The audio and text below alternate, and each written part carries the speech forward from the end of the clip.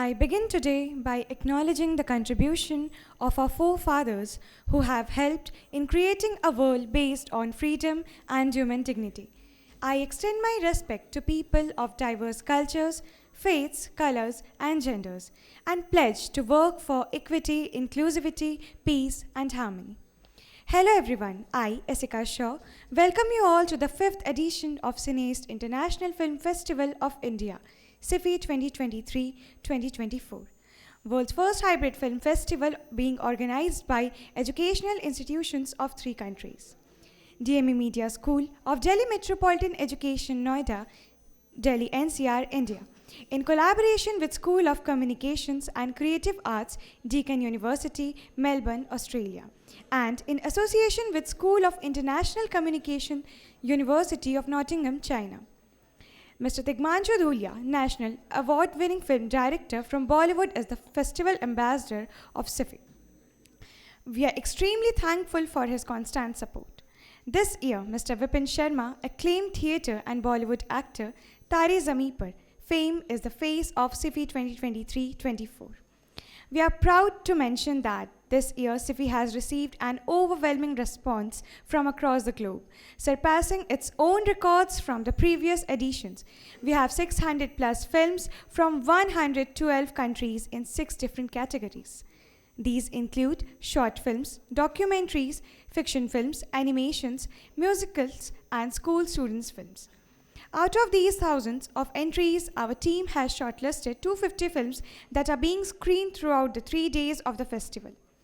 Since its inception, Ciffi has been raising the bar of film festivals on a globe scale.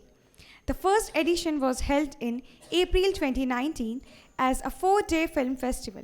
The second edition, held in 2020, was themed Cinema and COVID-19 Impact. And the third edition was held in 2021 with the theme Cinematic Rejuvenation. In 2022, theme was Cinema for Togetherness, #Millennial Movies. This year, the theme of the festival is Cinema for Inclusion, #Filming Diversity. This is the 5th edition of Ciffi, and with every passing year, we are achieving new milestones. This year, Ciffi 23-24 will be holding events like Vipin Ki Chaupal, acting workshop, special screenings, will make it enriching experience for all. We are pleased to mention that Nottingham University, China is our international partner for this Ciffi. Our festival partners are Cover Drive Production, a Noida-based production house, Vigyan Prasar, CMS Vatavaran, Kids Cinema, Culture Cinema, VK Film Festival for promoting and exhibiting films on disability, Delhi International Film Festival for screening films amidst heightened deliberations on world cinema. Our institutional partners are Global Media Education Council, GMEC, an international platform of media educators and researchers. Indian Academy of Shots, IAS, an institution for imparting craftsmanship of filmmaking through small capsules. New Delhi Film Foundation, a prominent film society. The partnering media house include APN News, a fast-paced current affairs web channel, The Policy Times, Quick News, Nispaksh News, News 44, Gulistan News. Ciffi 23-24 is supported by Asian Media and Cultural Studies Network, Australia-India Film Practitioners and Researchers Network, and powered by Spark, student body of DME Media School. Journalism at DME is the official newsletter of DME Media School. This fortnightly publication covers all the major activities happening in and out of the campus. It is a student-centric newsletter carried out entirely by them under the supervision of faculty members. DME TV is the official YouTube channel of DME, where you can find the playlist related to all sessions, lecture series, film festival, and conference. Also, we go live on our official Facebook page of DME. For more information, follow us on our social media handles. So, today we are gathered here for the roundtable session of Ciffi 23-24. We are honored to have Dr. Vikrant Kishore as the moderator of this session. We welcome you, sir. Dr. Vikrant Kishore is an associate professor in the School of International Communications in the University of Nottingham, Ningbo. He is an honorary fellow at the School of Communication and Creative Arts, Deakin University. He has authored and edited books on Indian cinema, celebrity culture, and intangible cultural heritage. Sir has worked with media channels such as Z News, ABC, SBS, and Channel 7. Now, I request Professor Dr. Amrish Saxena, Dean Media School, to kindly felicitate the guest. Thank you, sir. I now request Professor Dr. Amrish Saxena, Dean DME Media School and Festival Director, Ciffi, to please deliver the opening address. Over to you, sir. I welcome the esteemed guests who are present here for this particular session, which is on resilient realms, journeys through Dalits and tribal lives. I welcome Mr. Somnath Wagmare in this session, Mr. Prashant Negi, and Mr. Ratan Lal.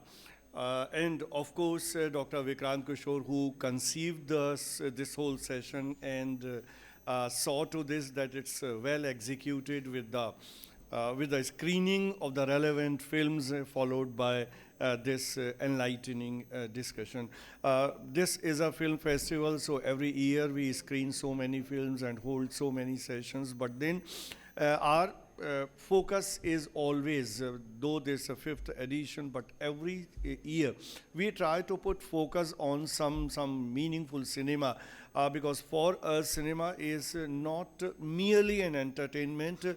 Cinema has a purpose, and there has to be societal orientation, and we have to create cinema, whether fiction or non-fiction, but everything has to be oriented in a manner wherein we have to see to this as filmmakers, as film scholars, that what impact that film is making in the society, and whether the issues of the society are being taken up or not.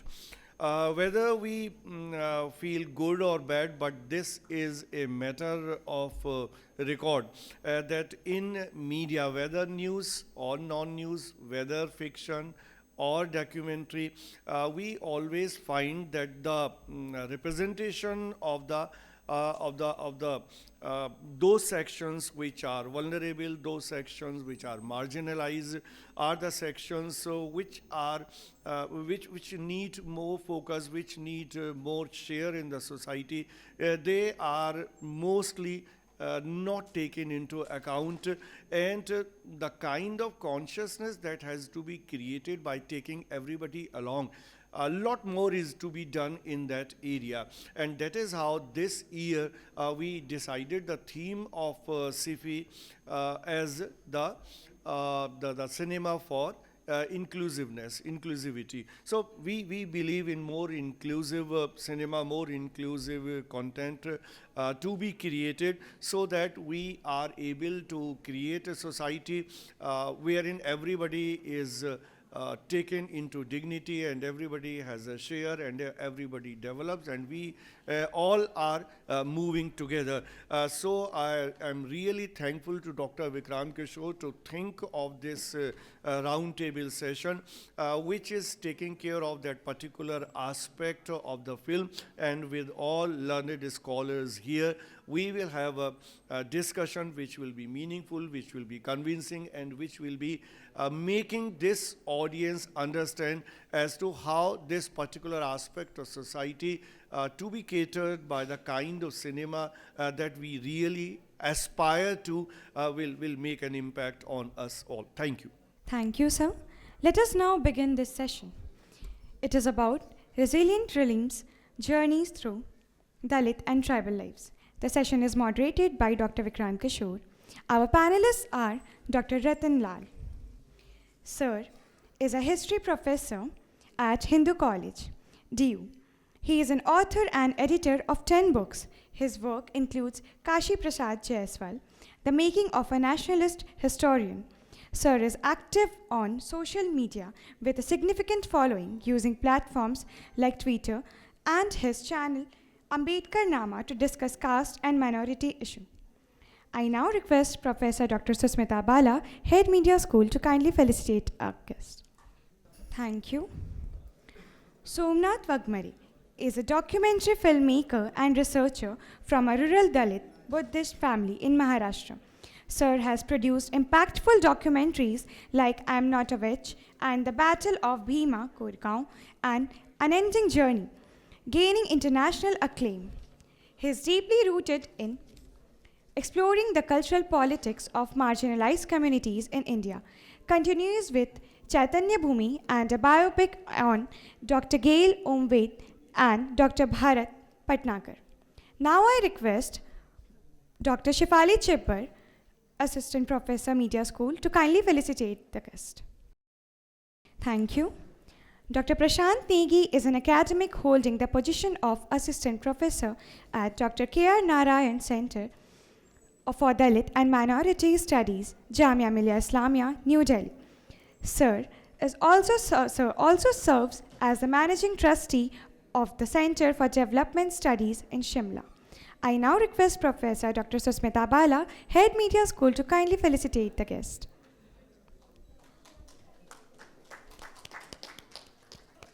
Thank you, ma'am. Thank you, sir.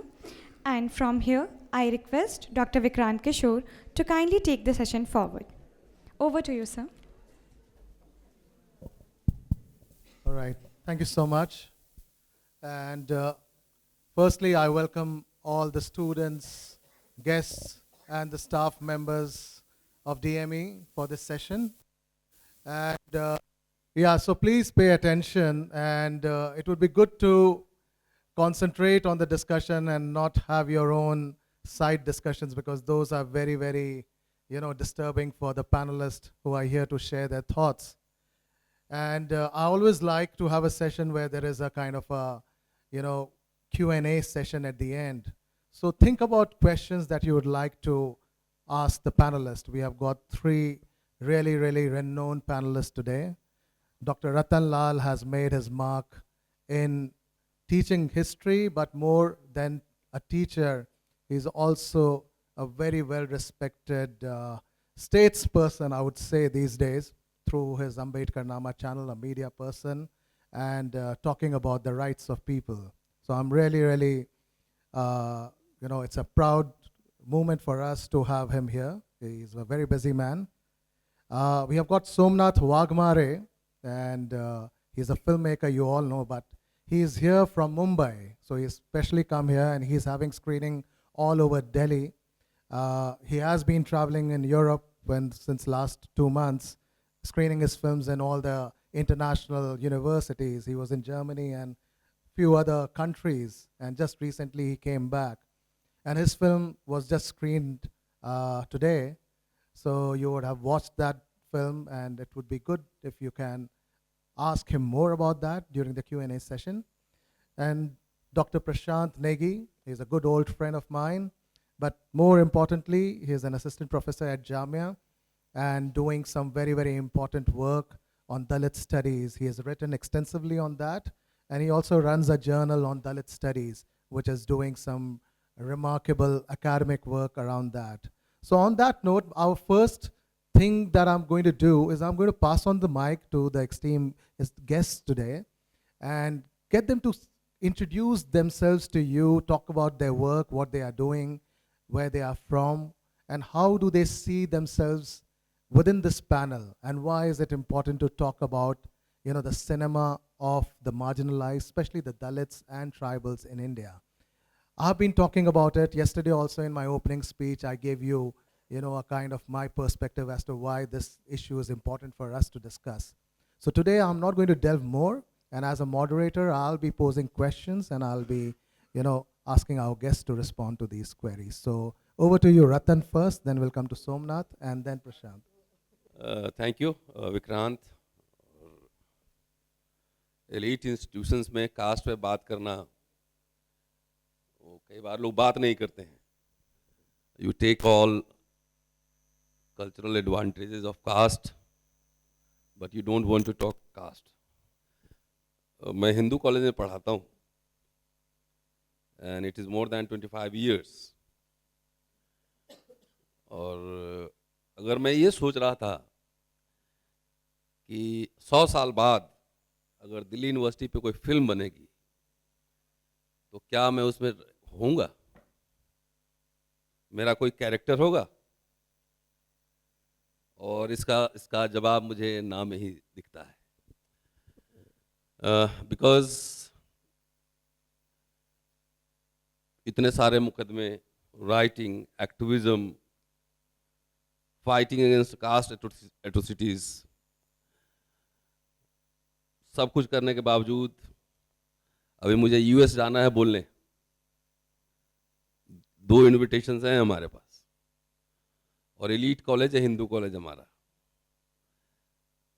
10 दिन से ज़्यादा हो गया NOC देने के लिए, आज तक नहीं मिला। Last year I had to go to London on Ambedkar Jayanti celebration. I have to speak in so many places, at so many places.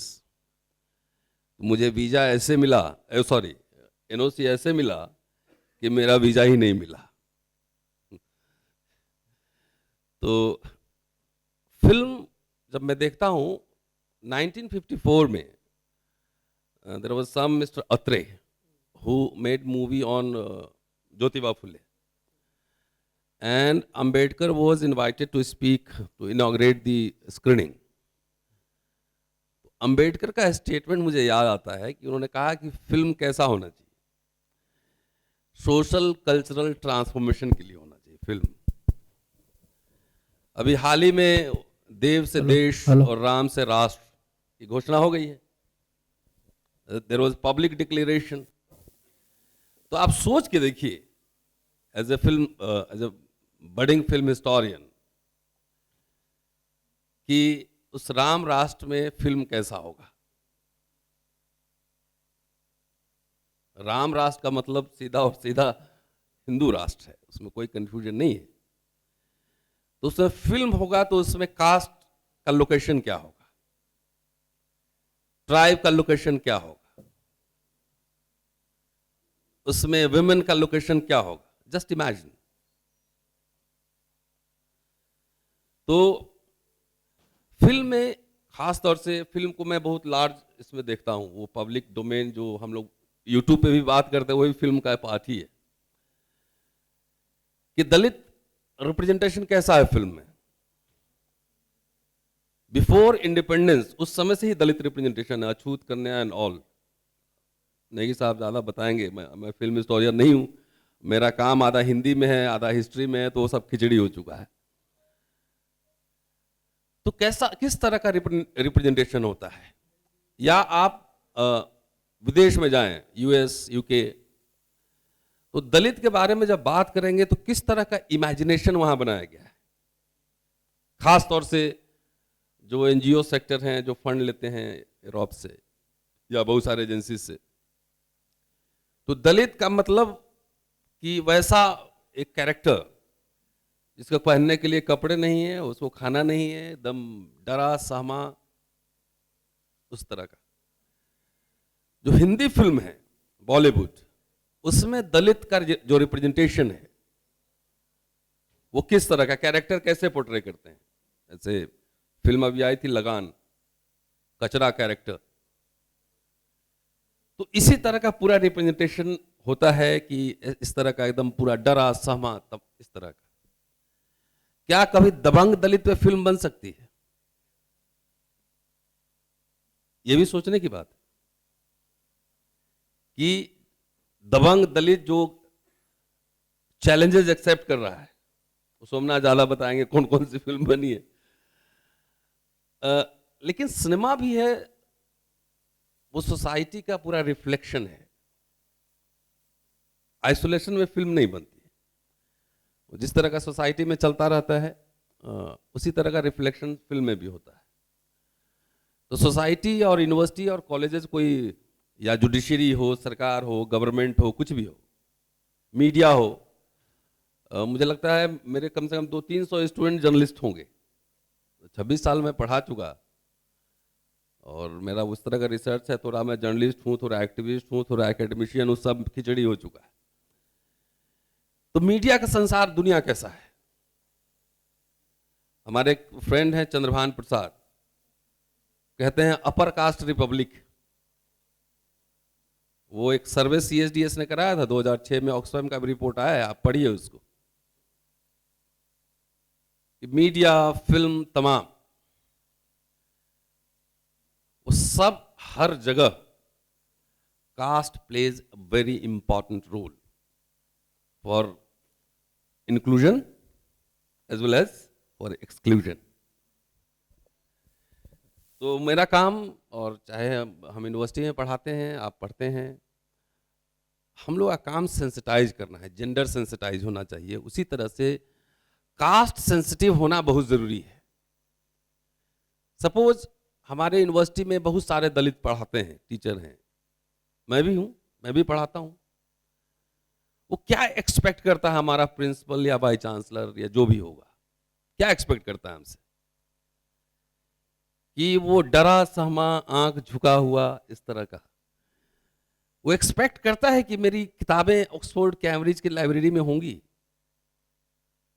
British library में होंगी। उसको लगता है कि कोई दबंगई से पढ़ा सकता है, लिख सकता है, बोल सकता है। वो हर समय, चाहे आप टीचर हो, चाहे जज हो, चाहे कुछ भी हो, वो हर समय आपको झुका झुका, डरा समा। So we'll come on that, but अभी introduction round अभी चल रहा है, तो I'll move on to Somnath and give him the mic. So Somnath, over to you. Okay. Thank you so much for inviting me. I'm diversity, like front of me, like there is a big word, and I think like the oral debate on this word only. So I'm from Maharashtra, and I'm from the rural part of Maharashtra. Maharashtra means not just Bombay, and I study.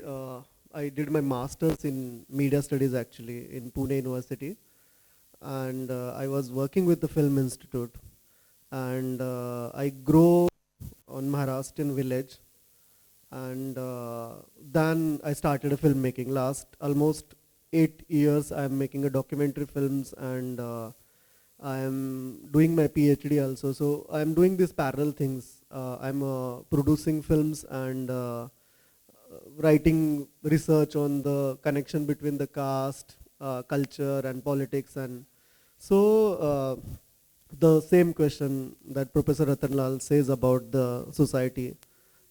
Cinema is a reflection of society, and our society is, the power structure is dominated by certain group of society. Everybody is, ready to discuss the biggest issue of Indian society is a caste.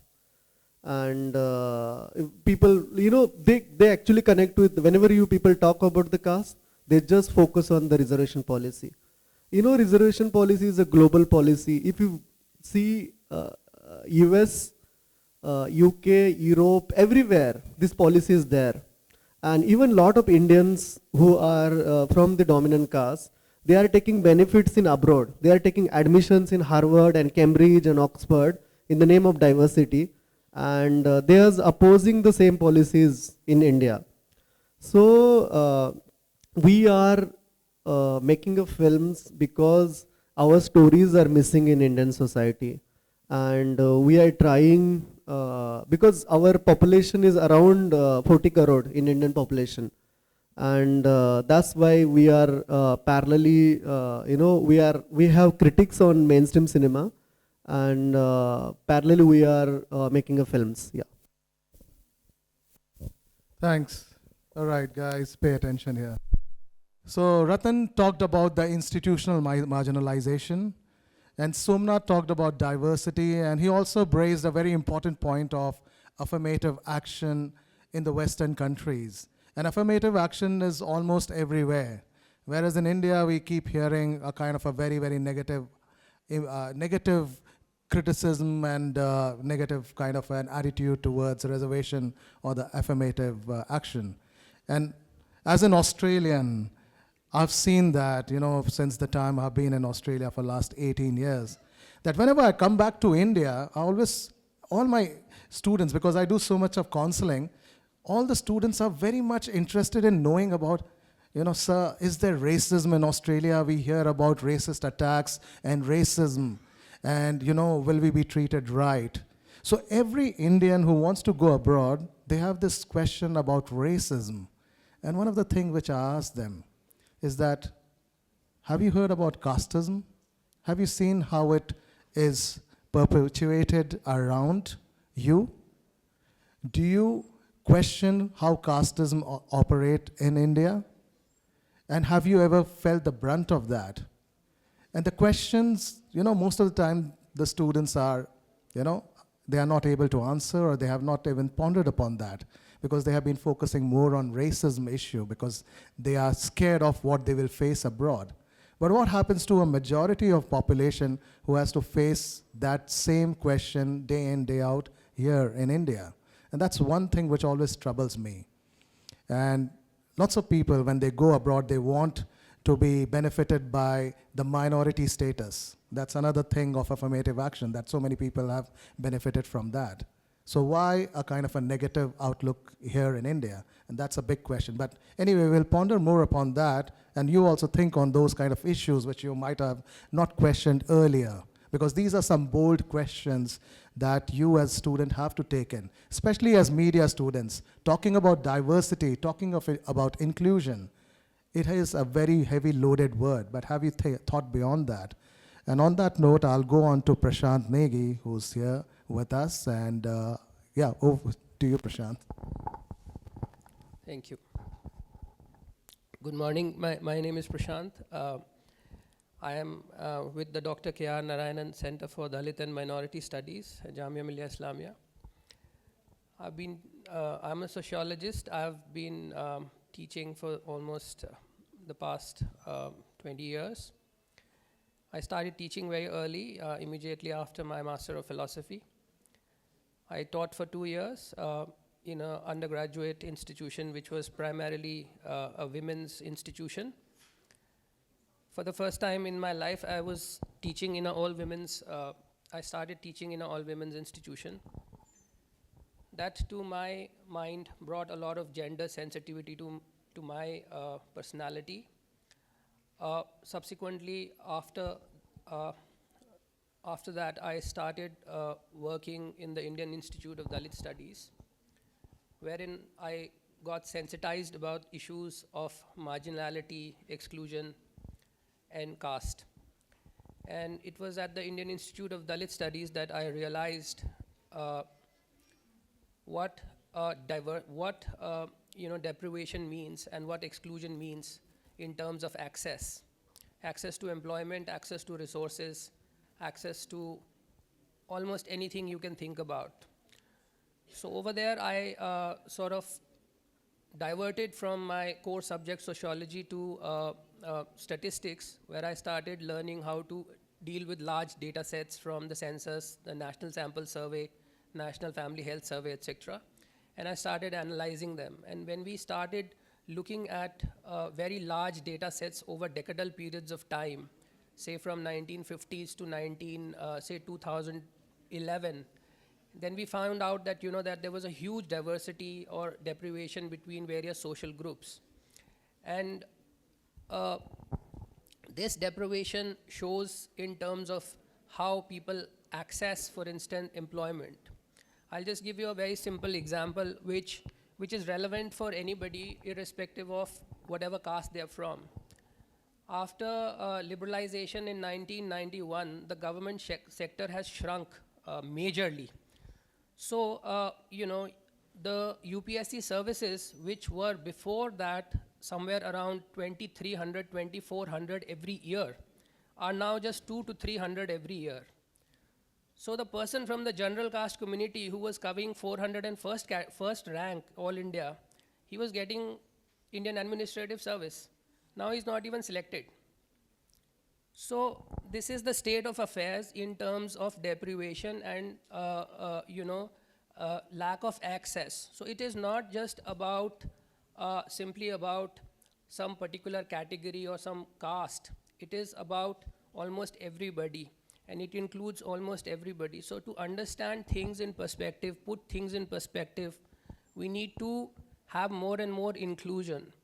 So the first word that you have put up there, now the buzzword is not inclusion, the buzzword is diversity. In America, affirmative action is not contestable on the basis of affirmative action, but on the basis of diversity. So we need to think more and more on these lines. These diversities should also show in terms of the kind of films that are coming in, the kind of representations of the marginalized that are happening, not just in academics, but in media, especially because we are in a media school. And there are a lot of methodological issues in which how people are imagined, how they are portrayed, how stereotypes and how people are labeled, and so on and so forth. So like it's a huge discussion which has been happening for a very long period of time, how subaltern literature has been marginalized, how subaltern films have been marginalized, whether there is a need for them to, what is the need for them to be marginalized? Who will speak my story? Who will write my story? क्या हमें सिर्फ राजा की story जानने का मतलब हमें पता होनी चाहिए कि हमें पूरी सोसाइटी की स्टोरी पता होनी चाहिए? So there are a lot of issues, lot of central questions to these kinds of debate, which I'm sure will open up as the debate continues. Thank you for this opportunity. All right. So, yeah, you talked about inclusion and diversity. In fact, they go hand in hand in a whole lot of ways. But I will also ask the students one thing here. If you feel that you have any questions at any point of time, do raise your hand and do ask, because I want to keep it more kind of an interactive session. So I will be open to questions at any point of time where you think that you want to ask or where you want to question any particular specific points. So feel free to engage at any point of time. You just need to raise your hand, but I'll also have a Q&A session. But one of the things that always bothers me is about the kind of diversity that we have in Hindi cinema and what we see in the South Indian cinema, all right? And now I'm talking more in terms of commercial cinema representations. And lots of you, because of OTT, now we are more open towards films from different parts of the world, but also various other film industry from India itself. And when we look at South India, especially Tamil cinema or Kerala cinema, we see a whole lot of these new cinema and that has come up, which has protagonists from diverse backgrounds. And Somnath's film has been presented by Pa Ranjit. And Pa Ranjit has been making some really incredible stories, really incredible films, promoting those, which focuses on diversity and which brings to front heroes from the marginalized group. One of the films which was also, in Hindi, which starred Rajnikant, Kala, Pa Ranjit's Kala, and probably most of you might have seen that. But even in recent terms, films like Karnan, which starred Dhanush, which had a very strong and powerful character from the marginalized background. Even the Miller, the recent Captain Miller, even that has that kind of intonation, though it's not very outright. Before that, before Karnan, I think Jai Bhim was another talked about film. But these are happening in this, from the southern India part, whereas, in Bollywood, we still have a film like Article 15, which I really liked, but still it had a very white savior complex in it, still not being, strong enough to have a character who claims his position as a marginalized community member. And one of the films which still hits my head whenever I think about marginalized representation, and if you get time, try to find that film and watch it, maybe as an institution. It's a film by Shyam Benegal called Summer. And Summer was one of the films which questioned about representation. And it was a film within a film. And it talked about, marginalization within the system, within that kind of structure. And that kind of question really, and I saw that film in a festival, I think in 1998 or 97. And it still is with me, those kind of films. But we hardly see those. So my question to the panelists is now, how authentically can we tell the stories of the marginalized, of the Dalits and the tribals? You know, when we talk about Dalits, it's just not enough. But when we come to the tribal representation, that is worse than even the representation of Dalits, because the stereotyping of tribals in Indian cinema has been atrocious. It's you know, the kind of way the things have been shown. So that's why today, one of the films that we showed, Nachi Se Bachi, which was a biography of Ramdayal Mundaji from Jharkhand. He was a vice chancellor of Ranchi University. And the work that he did for the state of Jharkhand and for the tribal community, and he wrote quite a lot. So I want to know more and delve with the panel about these kind of marginalization and how can we find more better ways of representation. So Ratan, what do you say about that? यहाँ पे मेरा और नेगी साहब का काम serious हो जाता है कि विदाउट हिस्ट्री, विदाउट सोशियोलॉजी, बगैर हिस्ट्री को पढ़े हुए और समझे हुए आप फिल्म नहीं बना सकते. सेंसिटिव फिल्म, जो specially the weaker section, the Dalits and tribes, because जो पूरे लाइफ को समझेगा नहीं, है ना, तो मुश्किल है. लेकिन ये मल्टी लेवल प्रॉब्लम है, multi corner problem, specially Maharashtra से इधर नॉर्थ में. और ये एक्सपेक्ट करना कि कोई मेरे लिए ऑथेंटिक फिल्म बनाएगा, बॉलीवुड बनाएगा, मुझे लगता है कुछ ज़्यादा एक्सपेक्टेशन है. We have to tell our story, we have to create our domain fora. तो जो Dalit middle class upper strata है, उसमें से कुछ फिल्म मेकर्स आने चाहिए जो उसको समझे. बिकॉज कास्ट एट्रोसिटीज और कास्ट डिस्क्रिमिनेशन ये ऐसा है कि ये कभी प्रेस कॉन्फ्रेंस करके या इनविटेशन लेटर देके नहीं होता है. इट लाइज इन माइंड, दिमाग में चलता रहता है, दिमाग में चलता है वो. अगर किसी से पूछो कि आपका नाम क्या है, आपने कह दिया विक्रांत या प्रशांत या सोमनाथ, इतने भर से बात बनती नहीं. आगे चाहे अब इंडिया में हो, और सोमनाथ ने ठीक ही कहा कि डाइवर्सिटी के नाम पे, माइनॉरिटी के नाम पर इंडियन अपर कास्ट जाके वहाँ खूब अपना रिजर्वेशन लेता है, रिप्रेजेंटेशन लेता है. लेकिन वही अभी यूएस का एक स्टोरी है, कौन टेम्पल इनॉग्रेशन हुआ जिसमें वो केस चल रहा है अभी एट्रोसिटीज का. वही इंडियन अपने फेलो इंडियन के साथ अपने घर में ही डिस्क्रिमिनेशन करता है, क्योंकि उसको फ्री में कम सस्ता लेबर चाहिए. अगर उससे एक्सपेक्ट करेंगे कि वो फिल्म हमारी बनाए, हमारी स्टोरी कहे, तो थोड़ा ज्यादा एक्सपेक्टेशन है.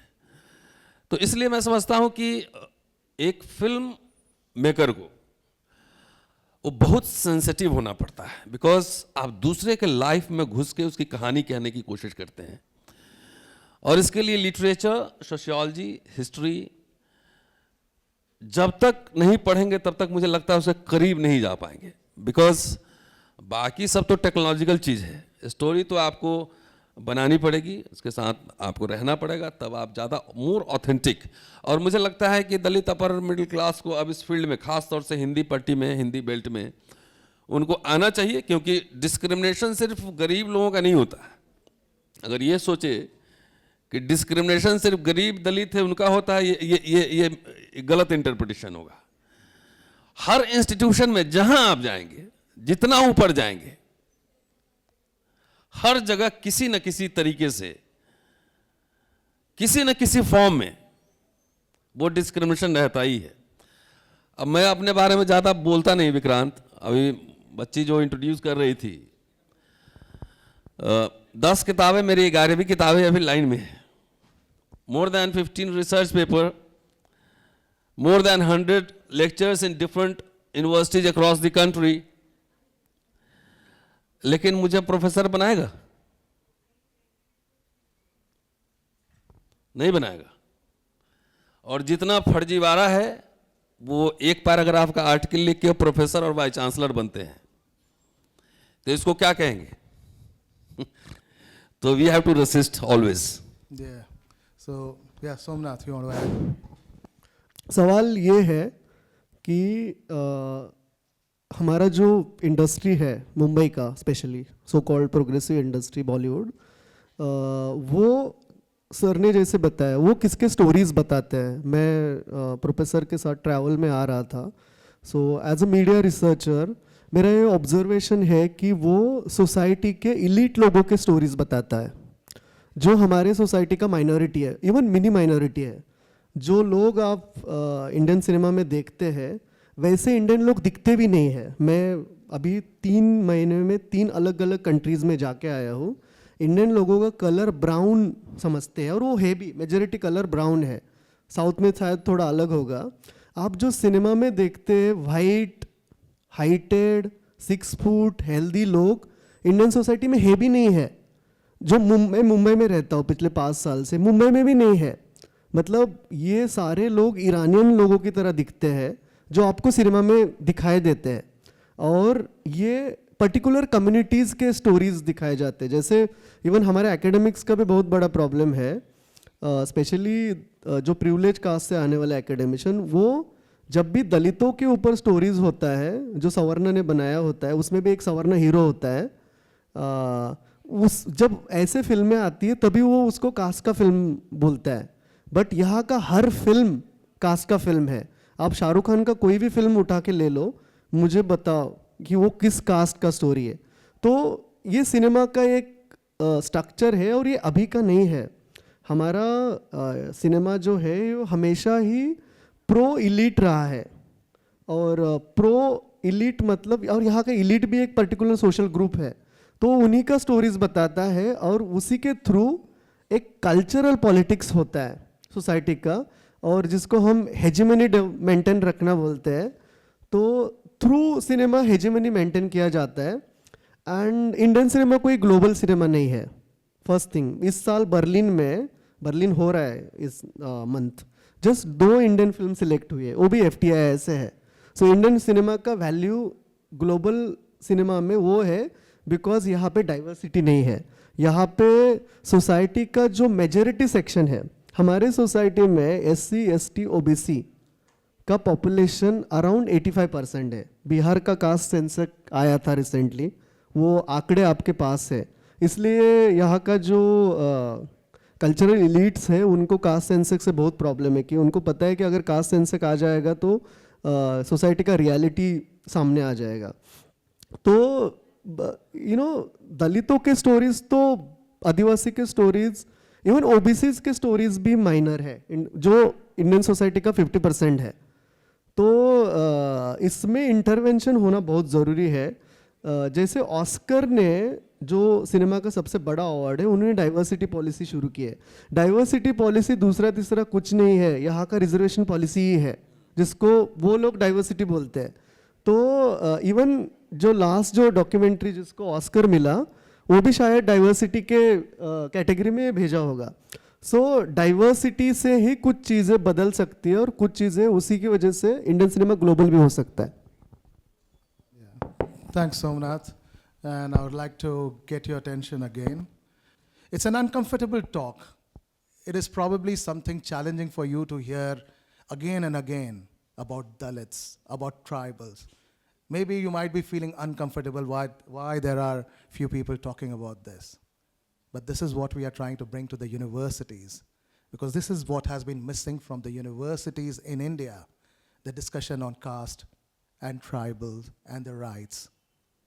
Discussing on women's right has also been missing, but at least that has been, there. But tribal lives and Dalit lives is missing completely. About 4 years back, one of the actors, she found that Oscars is again and again representing the whites. So on Twitter, she started a hashtag, Oscars so white. And it was a kind of a contempt, and it was a kind of a ridicule, and it was a kind of a challenge. And that hashtag became viral. And for the next 4 years, Oscars So White kept on trending just before Oscars, okay? Because it was challenging that hegemony of white people. It was asking Oscars to be sensitive to diversity. It was asking Oscars to give adequate representation to the blacks, to the Latinx, to other marginalized groups in America and across the world. And this is a challenge for us. Today when we speak to you, when we have academic heavyweights, a filmmaker here, if it is, just a kind of a basic talk that can be done in classroom, then probably we would do it in classroom. But that needs to go beyond classroom. It needs to come to a film festival like this. It needs your attention. I need to talk to you. And if I'm unable to talk to you, you need to give me space. You need to move out. You need to take that wide open door and walk out if it is uncomfortable for you. But if it is something that you think as a student, it is something important, then you need to give this respect to the panelist, to the people, and to this particular nation, which is founded by its indigenous people, its Dalits, who are totally marginalized, totally obscure. One of the things Somnath talked about representation, he talked about Shah Rukh Khan's representation in cinema. I did a very interesting paper. I shouldn't be talking about my paper like that, but I did representation of NRI heroes in Bollywood cinema. And I did a kind of a case study of 14 NRI films. And then I looked at the caste structure. And then, of course, the caste was, you all know, guess what it will happen. And it was published by one of the world's topmost online journal called Senses of Cinema. I got lots of letters and lots of feedback, and people were wanting to know more because I had just touched the tip. And there have been many articles like that. And this is one area academically that very few people actually delve into writing about cinema and cinema representation. And I'll pass on the mic to Prashant to delve more about this inadequacy and why the engagement with student is a must. Because tomorrow you will be watching those films, you'll be making those films, or you'll be writing about it, or you'll be talking as a journalist. So how sensitive you are. Are you sensitized to these issues? And one of our work is to sensitize you to these issues rather than think that these are non-issue. And pay attention to that. Thank you. It's important to contextualize discrimination in everyday life. If we think that we do not get discriminated against, we are actually lying to ourselves. One of the major indicators of social exclusion is access. And access is denied on a number of indicators. One of them is gender, another one is caste, ethnicity, language, region, religion, culture, you name it. There are all kinds of indicators of social exclusion. If you remember UPA 2, the President of India was Pratibha Patil. The chairperson of UPA was Sonia Gandhi. The leader of opposition was Sushma Swaraj. The Minister for Social Justice was Meera Kumar. They couldn't get the women's reservation bill passed by having full majority in the parliament. That is how discrimination works, it operates. It's not visible, it has adaptive undercurrents. That is why you see caste working in different forms in rural areas, in urban areas. It's not visible, but it's everywhere. And if we think that, that we ourselves will not get marginalized, the private sector in India did not give maternity rights to women till the Supreme Court had to legislate on them. The corporate sector in India does not want female workers in the IT sector because they cannot work late at night. They have to be left home. They have security, safety issues. So it's very complicated discourse. It's not a simplistic discourse. And it has been created over a period of time. So the discourse on tribals, the discourse on Dalits, is more or less a continuation of the colonial discourse in which people were imagined in a particular way, and their portrayal in media and in cinema has continued on those kind of imaginations. So most of the people are in academic literature considered the anthropological other. So there is a othering, there is a process of labeling, like when you see how Muslims are labeled in cinema, how certain communities are labeled in cinema, that is the process of labeling, othering and bordering people. You just have to take a bird's eye view of or a bird's flight above Delhi. If you think Delhi is not divided on religion and caste lines, then you're mistaken. Every colony in Delhi is divided on the basis of region, religion, caste, you name it. So it's very visible everywhere. It's not like, that reality is not visible. It's just that we are trying to falsify it. We are just lying to ourselves by saying that, it is not there. It is right there. It is in our face. So how people are represented in the movies, take for instance that famous song, Hum Bewafa Hargiz Na The. Everybody knows it, everybody hums it. And then all of us, when we were younger, like when I was also younger, I would dance to Jhinga Lala Hur, okay? But Jhinga Lala Hur is a representation of the tribal. The tribals are dancing and the tribals are singing. All of them are dark, all of them are wearing patte, and they are dancing. So it's the representation of the tribal over the years. The tribal is dark, the tribal lives in the forest. Whenever, there is when you ask the tribal for anything, he'll run into the forest and he'll start drinking water from wherever the source is, or wo khod ke pee lega. So जो indigenous methods हैं over a period of time, they are ridiculed. हम लोग जो थे media के through ही, अगर आप देखोगे, when Coke had come into India, its cultural, its advertisement partner was Amir Khan. And Amir Khan became a Nepali, he became a Northeastern, he became a South Indian, and he was selling Coke all over. And Coke was just trying to reach us through our culture, to the extent that, that the ad became कि Coke पीना तो अच्छा है, family time में Coke पीना होता है. But now when you realize over a period of time after consuming that it's not good for you, now you've gone back to Aam Panna and you've started using, a paper boat on other things. Or you're starting to drink more Nimbu Pani. But the tribal has always been doing that. He was always organic. He was always close to his land. So the Adivasi concept was basically that. So you see the conceptualizations, how they change over a period of time. But literature has generated and created intellectual opinion. Media has created intellectual opinion, which is bombarded into us every day to create a popular imagery, which is not really true. And that is the sensitivity that one needs to underscore and understand. Thanks, Prashant. Yeah, so I know you might have some questions, so I'll open the floor for you to ask questions now. So I'll bring the mic to you, so just raise your hand and ask questions. Okay, so we've got, you can use the mic there. No, I can do that, don't worry.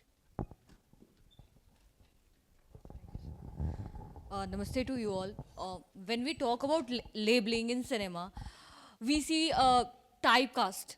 A certain community is typecasted as same throughout the cinema. In a Punjabi is always shown as jolly, well, good person, laughing on silly jokes. When we represent Parsi community, they are shown as दारू वाला वो certain tone में बात करते हैं. आपने tribal का भी एग्जांपल दिया, they are always shown as wearing leaves and doing that dance.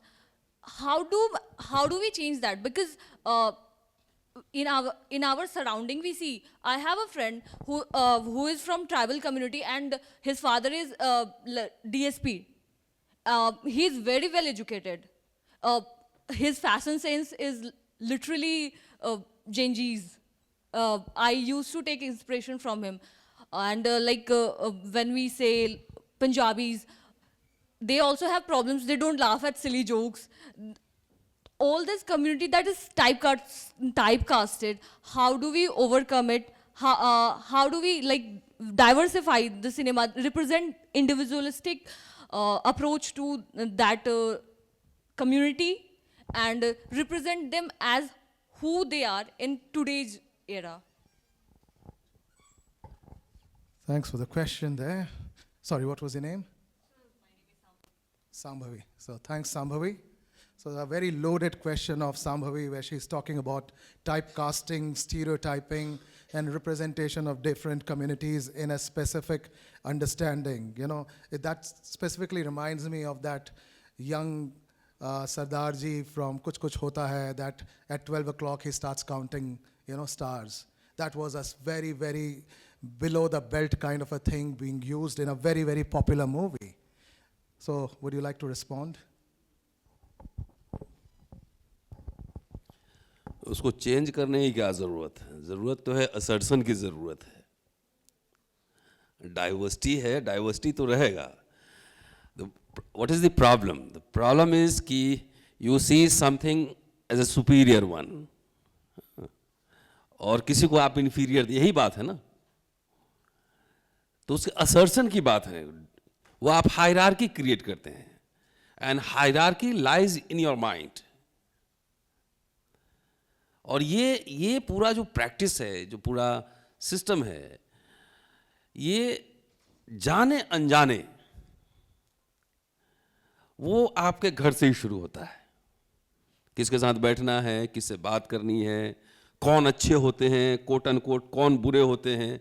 Bollywood में सारे मुसलमान आतंकवादी होते हैं, नहीं, सारे मुसलमान आतंकवादी होते हैं। दलित होंगे तो वो टूटा फूटा ही होगा वो। तो मुझे लगता है कि अगर मैं दलित हूं तो मुझे इस बात का गर्व होना चाहिए कि मैं हूं। आप हमारे बॉस हैं, आप मेरे कलीग हैं, आप मेरे प्रिंसिपल हैं या वाइस चांसलर हैं, ये आपका नेचुरल राइट नहीं है कि आप मुझे इंफीरियर समझेंगे। So the fundamental thing is the question of dignity. Are you getting my point? Actually, another problem with the film industry is like they not think about the human values. You know, that is the main problem. And they are not like some like kind of sensitive people. Filmmakers are not well educated. If you see their education background, of even the filmmakers and actors also, rarely they graduate. So this is also some intellectual problem. You know, there is one film called Lagan. There is a Marathi Brahmin filmmaker, Atushut Gowarikar, and Amir Khan was a producer and actor. In Lagan, there is a character called Kachra, a Dalit character, and they just see the imagination. They give Dalit character name as a Kachra, means garbage. So it's also problem of the human values. You know, they don't see like Punjabi person, Sikh person as a normal human. They want to criminalize.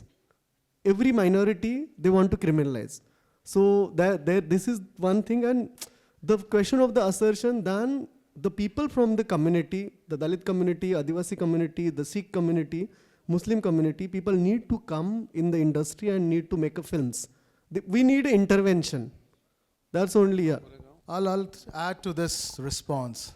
One of the things that is happening and what you are mentioning, my response is that people have to be, they have to understand what story is being, represented. And in last 10, 20 years, I'm seeing that there is a kind of a consciousness from different communities to call out. And once you start calling out these misrepresentations, things starts changing. Recently, a very, successful film like Animal has been called out left, right, and center. Though it is successful, but it has been called out for its misogyny. The director has been called out for the misogynistic representation in his previous film as well. But even if the film is successful, people know what it is doing and what is bad with it and what they don't want to see. And this is very important. Social media has become a very big force to bring these kind of discussions and debates online and to activate people and to rally behind those kind of misrepresentations. We are hearing about two very important terms in last 5 years, the woke culture and cancel culture, okay? These are very important. And this is happening because people are now taking things seriously. And they are bringing those kind of assertions on social media. So the Dalit identity and indigenous identity, after social media has become they are reclaiming these spaces. They want their voice to be heard. And whenever something is going wrong, they are pointing that out. So people have to become sensitive. But then there is also a cancel culture where people find it very, very problematic when there is a strong story of a Dalit or an indigenous. Then there is a power that stops it, you know. Series like, which one was that? Patal Lok, yeah. So Patal Lok season 2 was cancelled, you know.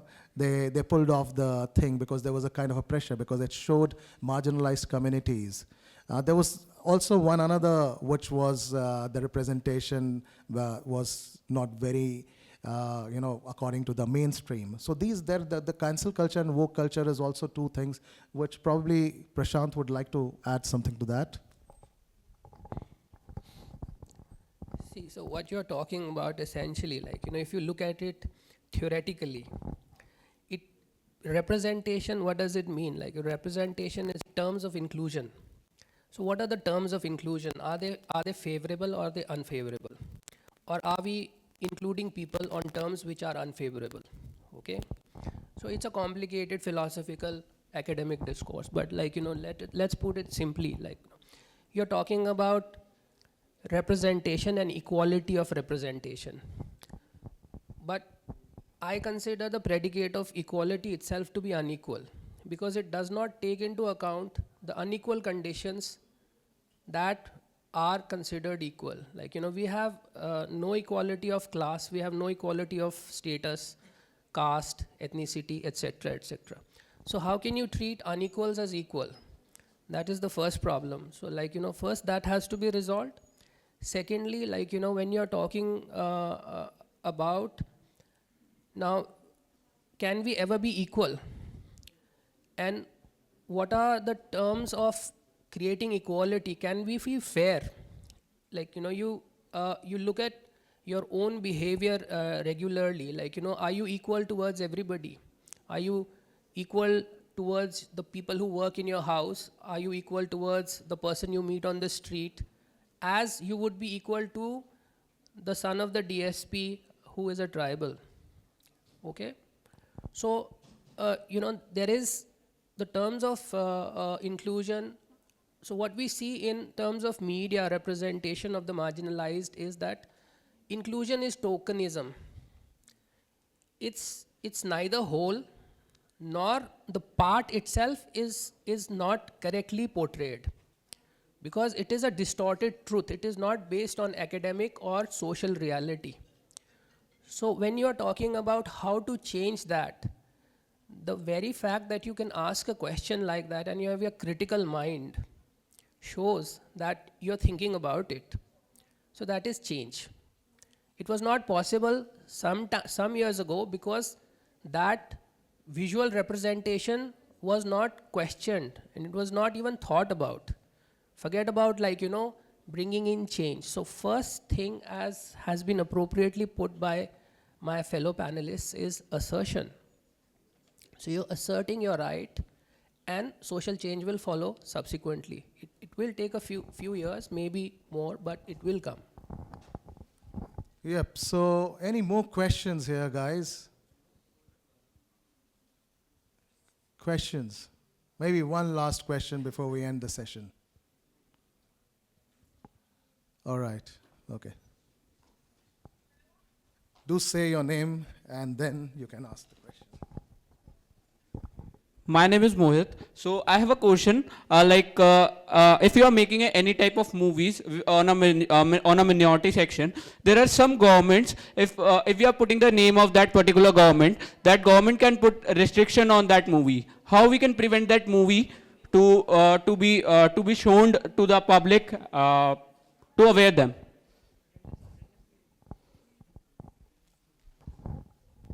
So he's talking about censorship or government restrictions in, creating these kind of films. So would you like to? I think you need we need to check this legal terms then, you know. This is kind of legal thing. So we need to check legal that can we use this name, can we use the person name, can we take some from someone's book. Lot of things are, so this is kind of legal things we need to check before using these terms. Yeah, legality is another thing that you have to do your research and you need to find. You can't just insinuate, you cannot accuse. So any of these kind of films, when they are made, they have always a legal team and legal perspective and take those particular things into action. And lots of times, and currently I'm doing, I'm trying to understand how China operates and look at films. And very many filmmakers who are critical of the government, they are never able to, get the films distributed in China. So all these films are actually sent to international film festivals, or most of the filmmakers even stay abroad. But they make critical films, which are never, released in China, yet watched underground through online means and others. And those really create a kind of discussion around those films. Same thing, if you look at filmmakers like Zafar Panahi from Iran, when he made his film, one of the films which went to Cannes, I'm forgetting the name, but he was put under, house arrest. And then he had to send his film to Cannes, and then finally someone sent him a birthday cake, and he hid the USB inside the cake, and that cake was then, sent to his friend, and then that cake was sent to France, via air, someone took that to France, and then they screened the film. It had a very kind of a critical take on Iranian government and on their particular aspect of freedom. It questioned that. So filmmakers find ways to question that. So there are ways. So there are ones of how do we move out of restrictions, and one is how to work within a system. So yeah, you might have some more points to add on that. I'm not really a filmmaker, so I really don't have many comments on that. But I can just tell you, that whenever we are writing, if you are aware of a paper that was written by the faculty of Ashoka University on the elections result, and then that paper, the findings of that paper went viral, and subsequently that faculty member had to resign from that particular university. So, sometimes the topic is very contentious. Everything is political.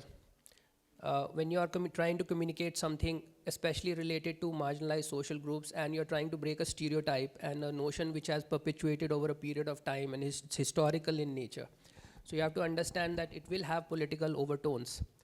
So how to control those overtones, how to communicate effectively with your audience, without actually undermining the content and the reach of whatever you're trying to speak about. It's very important. Like we do it in academics all the time. It's just how you jargonize or you theorize what you're trying to talk about. So if you're like talking about poverty, so instead of saying simply that that the poverty is because of this particular government, you're talking about poverty or the government. So you can just simply talk about poverty, because the core issue is poverty, not the government. The government gets included in it as a part of it. If you're trying to analyze it over a period of time, you'll know the poverty levels are going up and down like that. But the core issue here is poverty. So so we try to stick with that core issue. It's just your training, the more and more you will get into it, you will try to understand, you will get it. All right, so we'll end the session here, but before we say goodbye, I would just give one last opportunity to the panelists to add any kind of word for you, for the students. What would you want the students to do in future in terms of their sensitivity, in terms of their opening up to issues of Dalits and tribals, and watching films around these? There's so many documentaries, there's so many even commercial cinema, not necessarily from Bollywood, but lots of from South India and other parts of the world, and similar kind of stories coming about other race issues, other kind of marginalized things, which is from different parts of the world. So the more you open up to those kind of films, the more you learn, the more you understand diversity and inclusivity in a much more better sense, especially in representation of films. So over to you, Ratan, just few lines and pass it on. So any individual carries multi-identities. Either you believe in caste or you don't believe in caste. You believe in religion or don't believe in religion. Suppose मैं नास्तिक हूँ, लेकिन मेरा नाम रतन लाल है, तो नाम से लगा हिंदू है. मैं नास्तिक हूँ, मैं कोई पूजा पाठ नहीं करता. तो मेरे कहने का मतलब ये है कि आप सेंसिटिव बनिए, और जब तक सेंसिटिव नहीं बनेंगे कास्ट को, जैसे जेंडर को लेकर, जेंडर का जो सवाल है वैसे ही कास्ट का भी सवाल है. लेकिन तो मैं कई बार देखता हूँ कि जेंडर क्वेश्चन पे भी हमारे कॉलेज में प्रिंसिपल फीमेल है, और जेंडर उसमें भी कास्ट पैट्रियार्की जिंदा रहता है. बायोलॉजिकली वन माइट फीमेल, लेकिन कास्ट सुपरियरिटी और कास्ट का जो पूरा कल्चरल जो एरोगेंस है उसमें रहता है. मेरे कहने का मतलब ये है कि जब आपको यहाँ से चाइना भेज दें, वहाँ पे इंडियन कम हो और आपके घर परिवार के लोग कम हों, तो वहाँ जाकर आपकी जो फीलिंग होगी, या नॉर्थ ईस्ट में आप चले जाएं, वहाँ जो फीलिंग होगी, जब आप अंडर प्रिविलेज माइनॉरिटी में रहेंगे तो जो फील करेंगे, वैसे ही समझिए कि भारत में ये ऐसा इशू है कि बहुत ही बर्निंग इशू है. तो सिर्फ कहना यह है कि हमारे क्लास में स्टूडेंट होते तो सब एक बराबर तो होते नहीं हैं. सारे ब्राह्मण ब्रिलियंट ही होंगे, कोई ज़रूरी नहीं है. सारे दलित मीडियोकर ही होंगे, कोई ज़रूरत नहीं है. तो मेरे कहने का मतलब है कि आप सेंसिटिव बनिए. और मैं अपने क्लास में अपने स्टूडेंट से बात करता हूँ तो मैं एक लाइन से पहला शुरू करता हूँ, पहली क्लास जो हमारी ट्रेनिंग है. I hate good boys and good girls, quote and quote, which means कि यूनिवर्सिटी और कॉलेज क्वेश्चन, नए क्वेश्चंस खड़े करने के लिए, नए सवाल जब तक नहीं पैदा करेंगे तब तक आपको नए जवाब भी नहीं मिलेंगे. सो be sensitive. Thank you.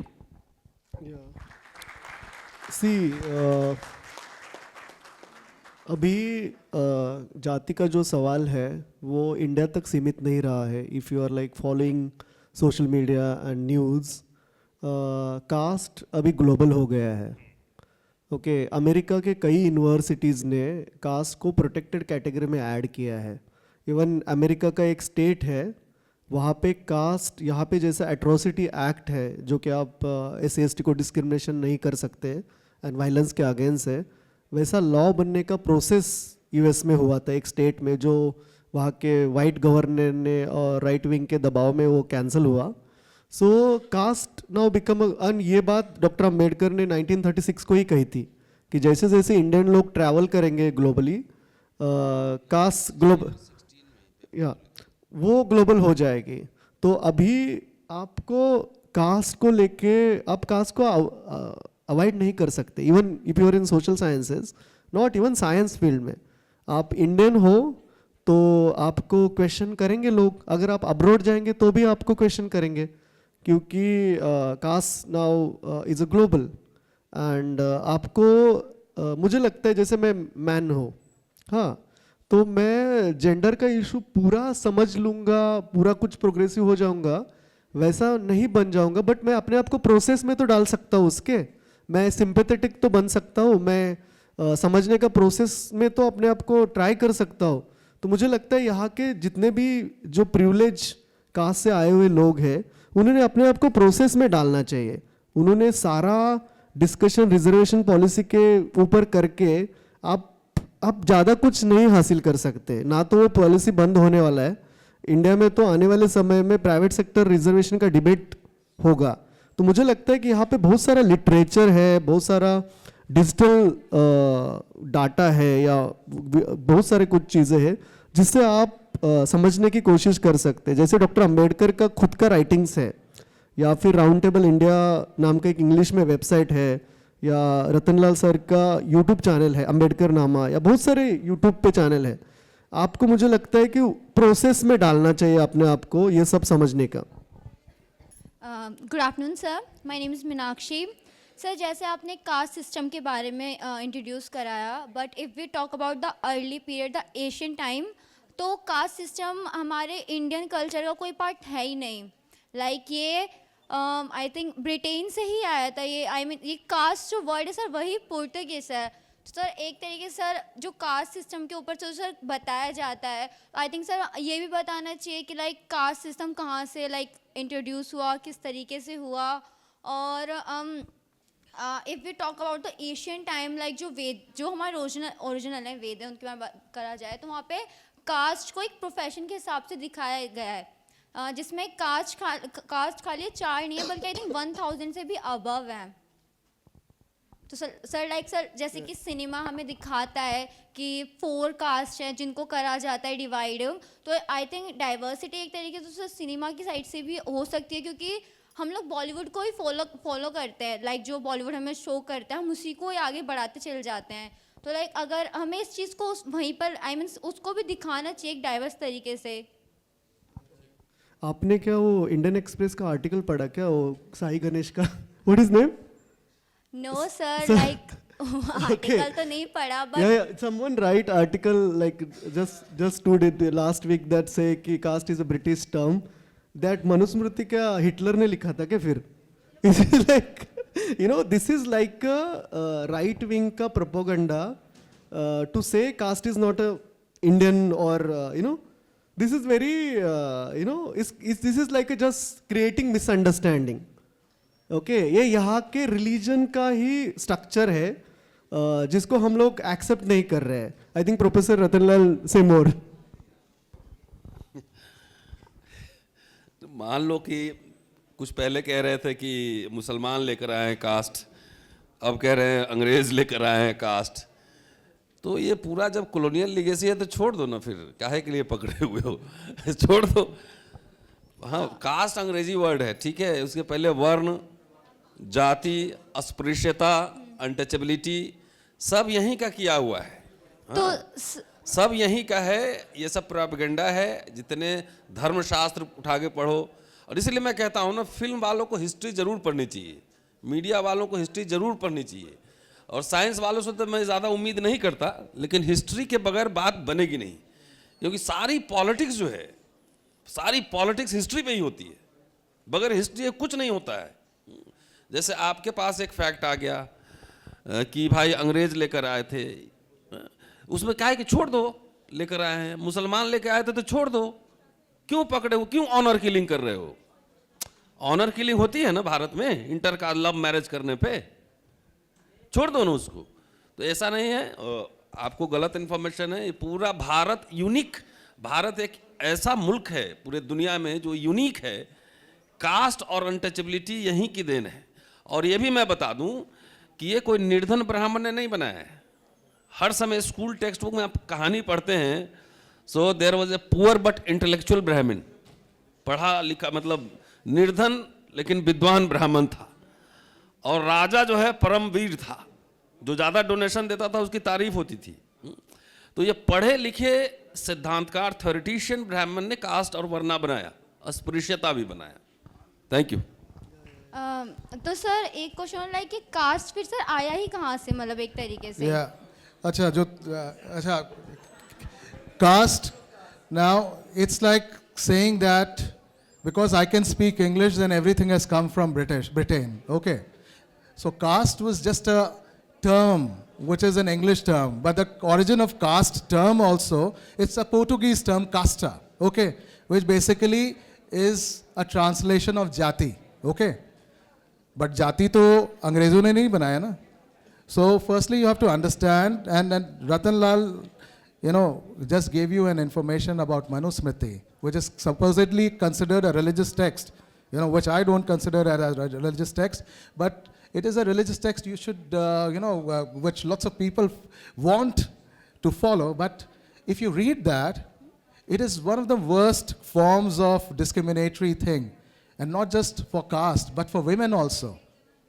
So you have to read what it says about women. You need to read. You need to be, again, sensitized. Okay, you can leave the mic because I've got very little time. So we can have a debate and discussion later on. But firstly, yes, caste is not a British construct. Caste is not a Portuguese construct. This term is a parallel term which is Portuguese and English, but jati or varna vyavastha. And you know, within Brahmins also there are multiple castes. So we have castes within castes, subcastes, which we are called. Okay, so there are multiple castes, multiple subcastes and all those things. So that is a huge discussion. So I'm not getting into that, but it's a fallacy which you just said about British, that they invented caste. No, sorry, they didn't. It is a it has a history of more than 5,000 years. It is there in our Indian society for long. So this misinformation and the WhatsApp university that travels faster than light, you have to avoid very much, especially as a media student, if you are. You need to question and find answers that why somebody said. So if I'm saying that, no, you are mistaken, then you need to read up and then come back and challenge me. If you find something which you still strongly feel that I was wrong, then come back and challenge. And our emails and direct messaging are open for these kind of discussion. Last words. I think, like, you know, we should challenge social hierarchies in everyday life. Like, for instance, like, you know, you should try not to accept ascribed hierarchies as given. I mean, like, you know, why is there a need to address your professor as sir or ma'am? Like, you know, you can also address them by name.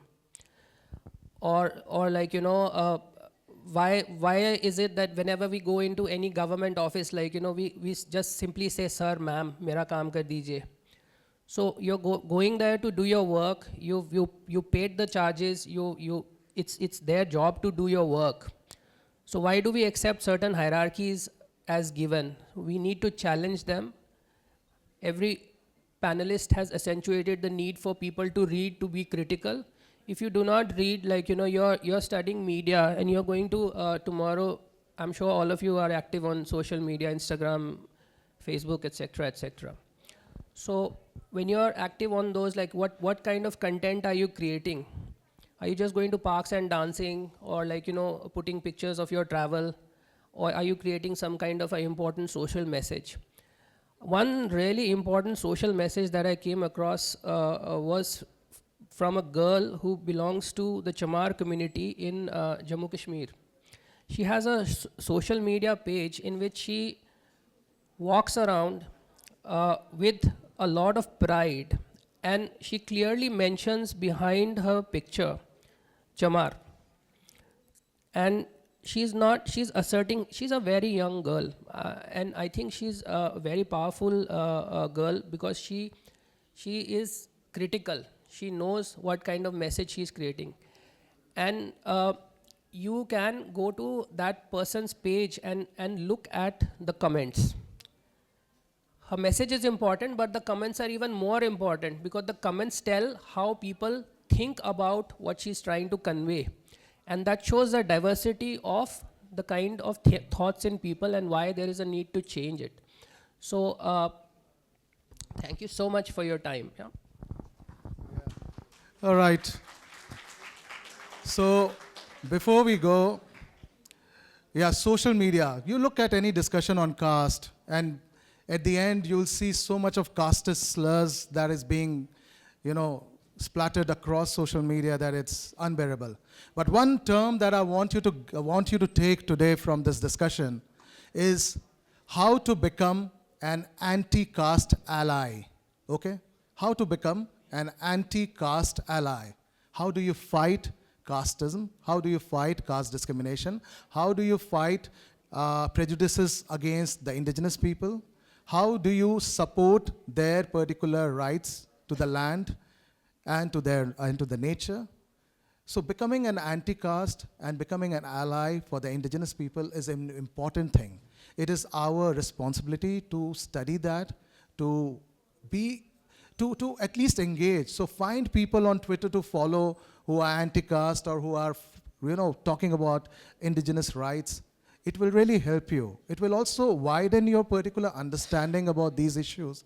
And tomorrow when you want to make films and discuss these topics, you'll be, much more open, you'll be more learned, and you will have a much more kind of a stronger thought behind what you want to do and how you do, rather than being thinking in terms of a very stereotypical way. So I thank all the panelists today. I thank Professor Ratan Lal for joining us and giving his precious time. Somnath coming from Mumbai and joining us today, and to Prashant. Thank you, and to the lovely audience for engaging with us on this particular topic, and I hope you take some of our words from today's session. Thank you so much.